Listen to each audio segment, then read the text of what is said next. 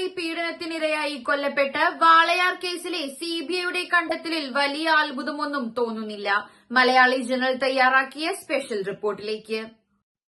വാളയാർ കേസിലെ CBI കണ്ടെത്തൽ വലിയ അത്ഭുതമൊന്നും സൃഷ്ടിക്കുന്നില്ല.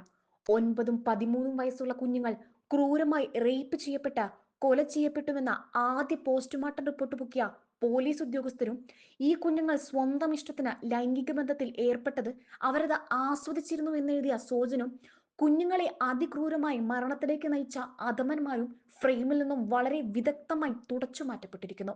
പകരം കുഞ്ഞുങ്ങളുടെ മാതാപിതാക്കൾ അവരെ കൂട്ടിക്കൊടുത്തുവെന്നും അമ്മ കുഞ്ഞുങ്ങളുടെ മുൻപിൽ വെച്ച് ലൈംഗിക വീഴ്ചയിൽ ഏർപ്പെട്ടുവെന്നുമാണ് കേസിലെ ഇപ്പോഴത്തെ ഏറ്റവും വലിയ കണ്ടുപിടുത്തം.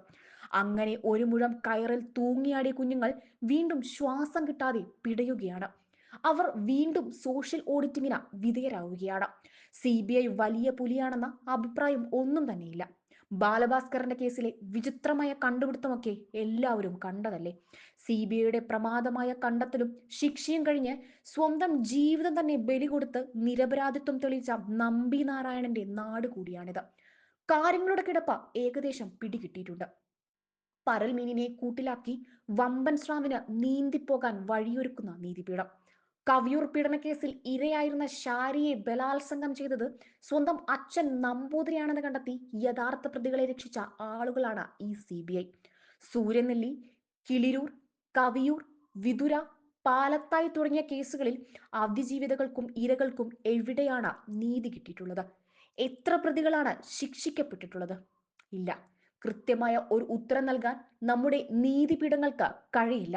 ഇനി വാളയാറും.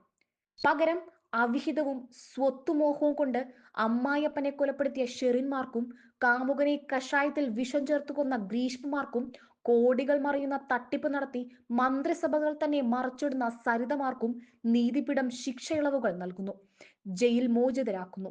മന്ത്രിമാർ തന്നെ ഇതിന് ചുക്കാൻ പിടിക്കുന്നു.